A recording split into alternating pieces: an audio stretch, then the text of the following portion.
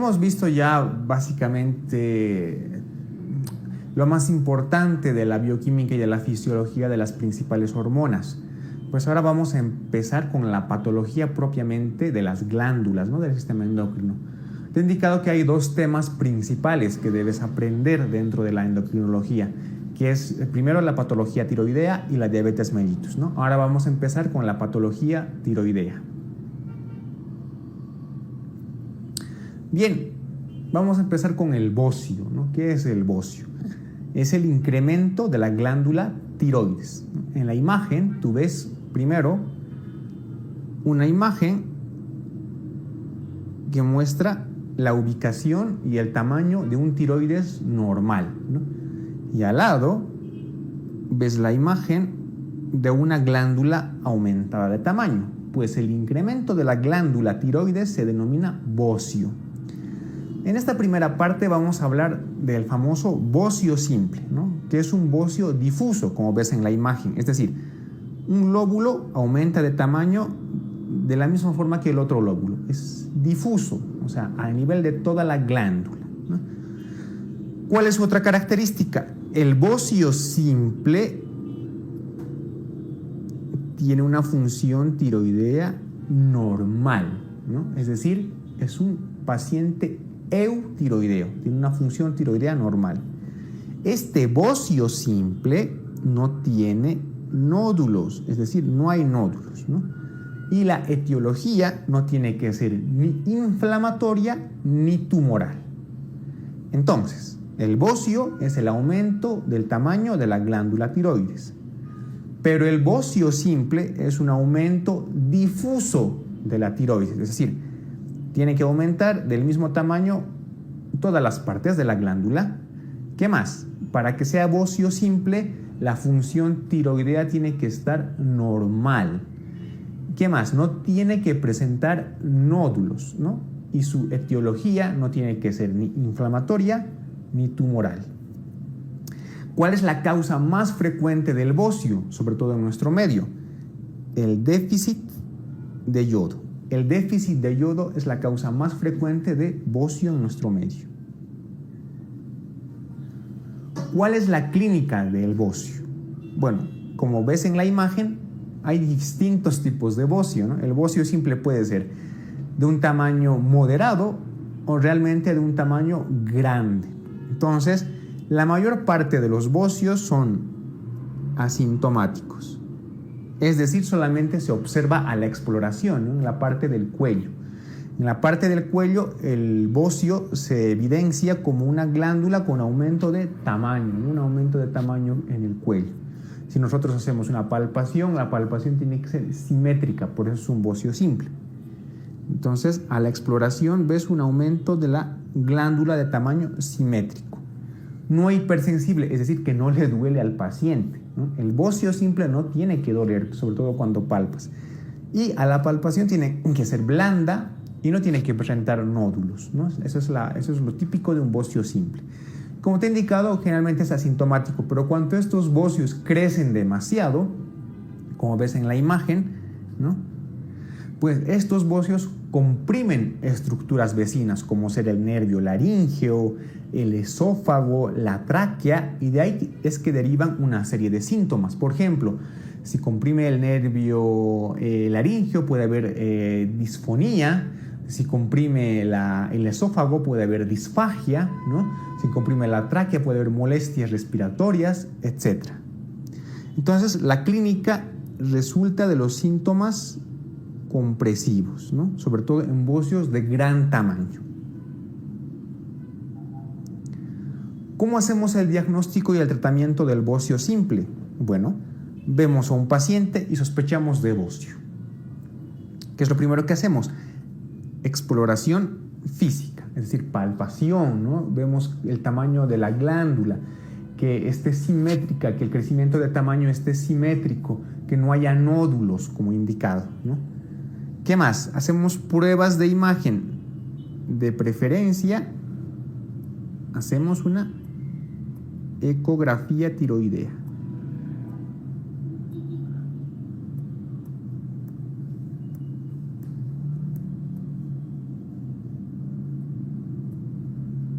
hacemos una ecografía de tiroides, ¿sí? Como prueba de imagen. ¿Qué más? Como te había indicado que tenemos que determinar que ese bocio, ¿no? Pues ese bocio simple tenga una función tiroidea normal, entonces vamos a hacer pruebas tiroideas y determinación de ciertos anticuerpos. Una vez que hemos diagnosticado el bocio por exploración física, ecografía y vemos que las hormonas tiroideas están normal, pues vemos cuál es el tratamiento. Si es un bocio simple y el paciente está asintomático y el tamaño vemos que es moderado, pues la conducta es expectante. Vigilamos la evolución del bocio, ¿no? Que no crezca tanto. Hacemos controles del paciente. Y de alguna forma, para ayudar, si la causa del bocio es el déficit de yodo, que es la causa más frecuente, dicho sea de paso, administramos al paciente sal yodada, ¿no? Sal yodada.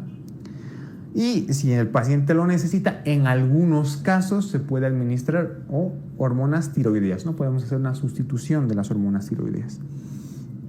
Sin embargo, si el paciente presenta un bocio grande con clínica compresiva,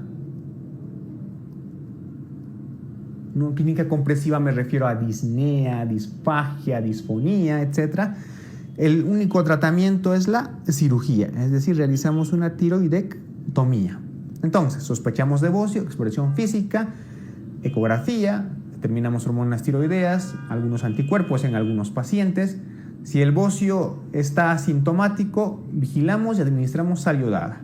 Si el bocio produce síntomas compresivos, cirugía, tiroidectomía. Bien, vamos a pasar a hablar de otra patología también que está dentro de la tiroides, ¿no? Como vemos aquí en la imagen, es el hipotiroidismo. ¿Qué es el hipotiroidismo? Pues es como lo define aquí la diapositiva. Es una patología que resulta de la falta de efectos de la hormona tiroidea sobre los tejidos del organismo. En un tema anterior habíamos visto algunas de las acciones de las hormonas tiroideas, ¿no? Sobre el metabolismo principalmente. Entonces, la falta de estos efectos de estas hormonas se denomina hipotiroidismo. ¿Cuál es la etiología principal del hipotiroidismo? Vamos a dividir al hipotiroidismo en dos tipos principales, ¿no? El primario, que es alrededor del 95%, ¿no? Y el secundario, que es alrededor del 5%. O sea, el hipotiroidismo primario es el tipo principal de hipotiroidismo, dicho sea de paso. Dentro del hipotiroidismo primario, la causa principal, sobre todo en nuestro medio, es el déficit de yodo, ¿no? El déficit de yodo es la causa más frecuente, incluso a nivel mundial, de hipotiroidismo. En países desarrollados, la causa principal son las causas autoinmunitarias, por ejemplo, la tiroiditis de Hashimoto, ¿no? También otras causas de hipotiroidismo primario pueden ser postquirúrgicas, ¿no? Después de haberte hecho una cirugía de un bocio, por ejemplo, ¿no? Posterior a la administración de radioterapia cervical o radioyodo, ¿no? Las tiroiditis, pero generalmente las tiroiditis, que son inflamación de la tiroides, causan un hipotiroidismo que es transitorio. La hipoplasia o aplasia tiroidea, ¿no? Que es más causa genética, y algunos fármacos, por ejemplo el litio, la amiodarona y obviamente los antitiroideos causan hipotiroidismo. La causa secundaria, pues la causa secundaria está a nivel de nuestra hipófisis. Entonces, un hipopituitarismo, ¿no? es también causa de hipotiroidismo secundario, el adenoma hipofisario y la cirugía radioterapia de la hipófisis. Quiero que te quedes con lo siguiente. El hipotiroidismo lo vamos a dividir en dos, primario y secundario. ¿Cuál es el más frecuente? El primario. Dentro del primario, ¿cuál es el factor más frecuente para causar hipotiroidismo? El déficit de yodo, ¿no?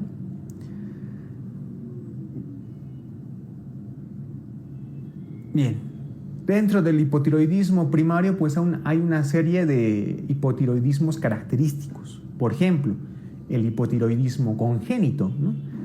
En la diapositiva ves la imagen de un neonato, un recién nacido, ¿no? Que tiene las siguientes características. Tiene un aumento del tamaño de la lengua, una macroglosia, ¿no? Probablemente por el aumento de volumen a nivel abdominal, puede que tenga una hernia umbilical. Estos neonatos tienen llanto ronco, tienen hipotonía, ¿no? Y generalmente se presentan ictéricos, ¿no? Entonces, todo esto nos hace sospechar de un hipotiroidismo congénito. ¿Cuál es la causa más frecuente de hipotiroidismo congénito? La disgenesia de las glándulas tiroides. Es la principal causa de hipotiroidismo congénito.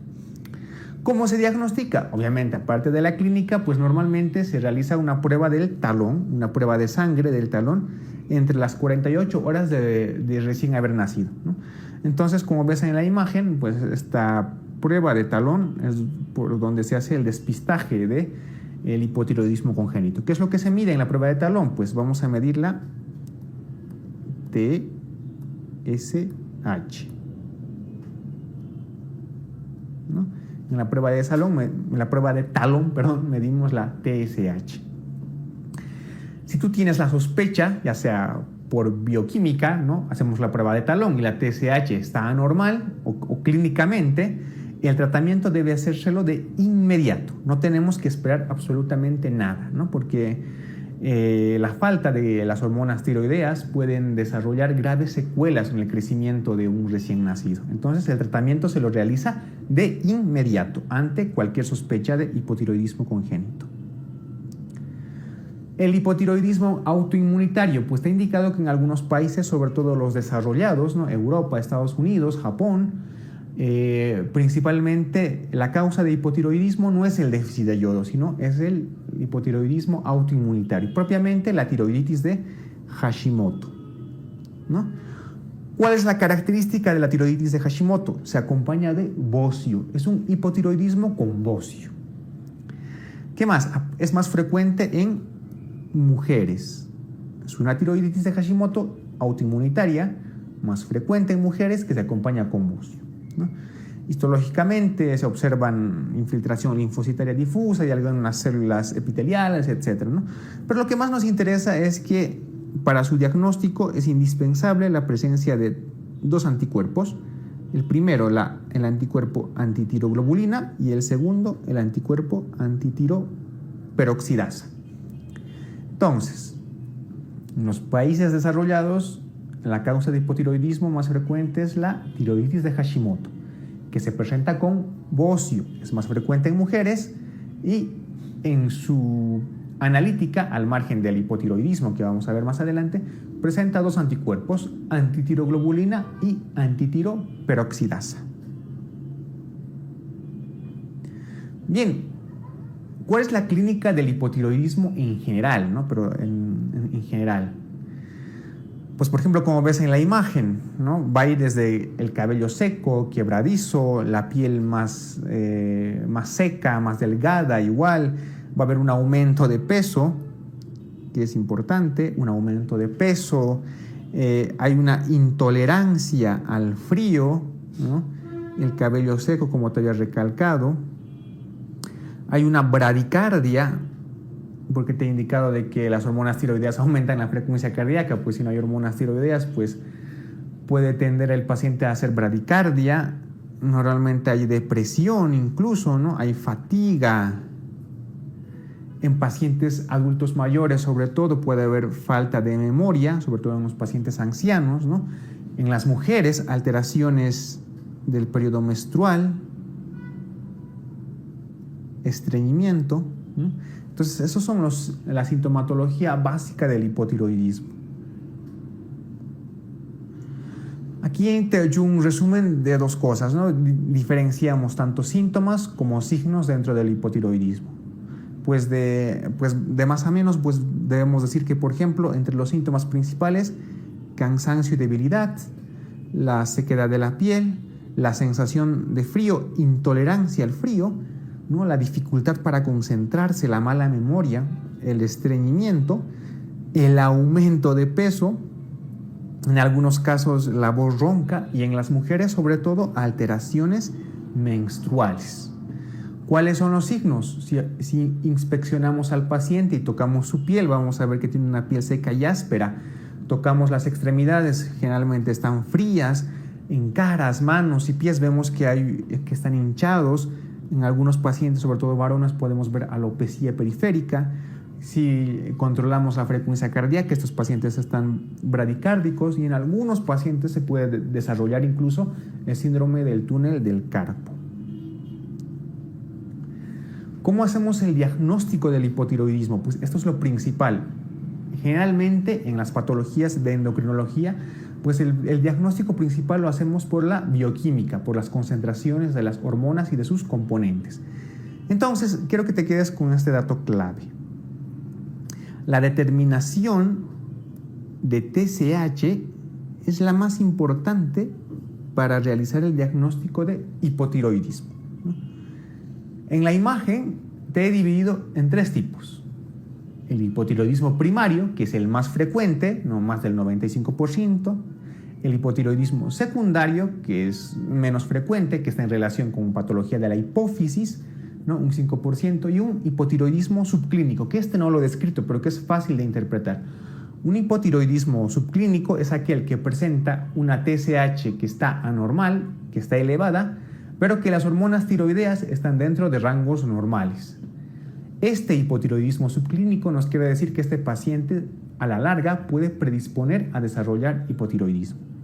Entonces, dentro de la bioquímica, este cuadro es importante. Por ejemplo, en el hipotiroidismo primario, ¿cómo va a estar la TSH, que es el principal que medimos? En el hipotiroidismo primario está elevada, ¿no? ¿Cómo va a estar la TSH en el hipotiroidismo secundario? Puede estar normal o puede estar baja. Pero ambas, tanto en el primario como en el secundario, la T4 y la T3 están bajas, ¿no? Entonces, había una pregunta, por ejemplo, en la convocatoria de este año que decía, en un hipotiroidismo central, que también se llama central al hipotiroidismo secundario central es lo mismo, ¿cómo está la TSH? Pues la TSH en un hipotiroidismo central o secundario está normal o está bajo. La TSH en un hipotiroidismo primario siempre tiene que estar elevada, ¿no? Y obviamente las otras hormonas, tanto la T3 y la T4, están bajas. Entonces, recordarte que la determinación más útil en sangre es la medición de la TSH. Y en el hipotiroidismo subclínico, como te he indicado, hay una alteración de la TSH, está elevada, pero sin embargo, tanto T3 como T4 estarán normales. ¿Cuál es el tratamiento del hipotiroidismo? Bueno, el tratamiento del hipotiroidismo es la sustitución de esta hormona con un compuesto artificial, en este caso la levotiroxina. Como ves en la imagen, ¿no? En una caja de este medicamento, la levotiroxina. Se hace una sustitución hormonal, más o menos, en los pacientes con hipotiroidismo. Más o menos se calcula que entre 1.5 a 1.7 microgramos kilogramo de peso es la dosis que se debe dar a un paciente con hipotiroidismo, ¿no? Hay que tener cuidado, obviamente, en pacientes que son ancianos, ¿no? Y algunos que tienen cardiopatía de base, como la cardiopatía isquémica, por ejemplo. ¿Cómo se hace el control del tratamiento del hipotiroidismo? Esto también es importante. El control del tratamiento del hipotiroidismo primario lo vas a hacer con TSH, ¿no? La determinación de TSH es el parámetro más importante para ver el control del tratamiento, pero en el hipotiroidismo primario. En cambio, en el hipotiroidismo secundario, que es menos frecuente, otra vez te lo recalco, se hace con la medición de T3 y la T4. Pero en el hipotiroidismo primario, el control del tratamiento se hace con la determinación de TSH. La TSH en el hipotiroidismo primario está elevado, por tanto, una reducción o una normalidad de la TSH nos indica que el tratamiento está yendo bien y está siendo correcto. Hemos dicho que hay un hipotiroidismo subclínico, aquel que presenta una elevación de la TSH, pero que sin embargo la T3 y la T4 están normales, ¿no? Esto quiere decir que estos pacientes son predisponentes, tienen una predisposición a hacer hipotiroidismo. El tratamiento del hipotiroidismo se debe realizar con la sustitución hormonal de estas hormonas, ¿no? Entonces utilizamos como fármaco principal la levotiroxina, ¿no? Que es el principal fármaco que sustituye a las hormonas tiroideas. Normalmente pues tenemos que dar un rango de dosis entre 1.5 a 1.7 microgramos por kilogramo de peso, pero esto varía en función del paciente, ¿no? Tienes que tener cuidado, sobre todo en pacientes ancianos y que tengan alguna cardiopatía de base. ¿Cómo hacemos el control del tratamiento del hipotiroidismo? Pues bien, sobre todo en el hipotiroidismo primario, la determinación de TSH es el parámetro más útil para el control del tratamiento en el hipotiroidismo, pero primario. ¿Sí? Entonces recuerda, la TSH es el parámetro más útil para controlar el tratamiento en un paciente con hipotiroidismo primario, ¿no? ¿Cómo estaba la TSH? Bioquímicamente, pues está elevada, ¿no? En un hipotiroidismo primario. Entonces, una normalización de esta TSH nos indica que estamos realizando un tratamiento adecuado. En el hipotiroidismo secundario, que es menos frecuente, para el control del tratamiento se debe evaluar la T3 y la T4. Recuerda, en el primario lo más importante para el control del tratamiento es determinar la TSH. El hipotiroidismo subclínico es el que te he indicado que presenta una elevación de la TSH, pero que presenta la T3 y la T4 normal. Pues estos pacientes tienen una cierta predisposición a desarrollar hipotiroidismo. ¿En qué situaciones vamos a dar tratamiento en un hipotiroidismo subclínico? Pues básicamente en 3 situaciones. La primera, si hay mujeres embarazadas. Segundo, en niños y adolescentes. Y tercero, si medimos la TSH y esta es más de 10 microgramos unidades por ml. En estas 3 situaciones son las únicas en las que se puede dar tratamiento en un hipotiroidismo subclínico. Entonces, hipotiroidismo subclínico, mujeres embarazadas, niños o adolescentes, o si la medición de TSH es más de 10 microgramos por ml, debemos dar tratamiento. Vamos a hablar acerca del coma mixedematoso, ¿no? El coma mixedematoso, como ves en la imagen, es una urgencia sobre todo, ¿no?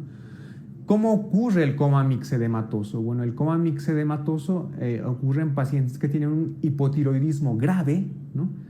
Y que no han sido tratados, o teniendo hipotiroidismo han sido sometidos a una cirugía, por ejemplo, o teniendo hipotiroidismo, estos pacientes también presentan una infección grave como una neumonía. Entonces, en estos pacientes se puede llegar a desarrollar un coma mixedematoso, que es el empeoramiento de todos los síntomas del hipotiroidismo, ¿no? ¿Cuál es el cuadro del coma mixedematoso? Básicamente presentan hipotermia. Si un paciente hipotiroideo ya de por sí presentaba intolerancia al frío y extremidades fríos, en un coma mixedematoso este paciente presenta hipotermia. También presenta estupor, puede llegar a presentar convulsiones e incluso llegar al coma, ¿no? Por eso el nombre de coma mixedematoso. Por lo tanto, es una urgencia realmente en endocrinología.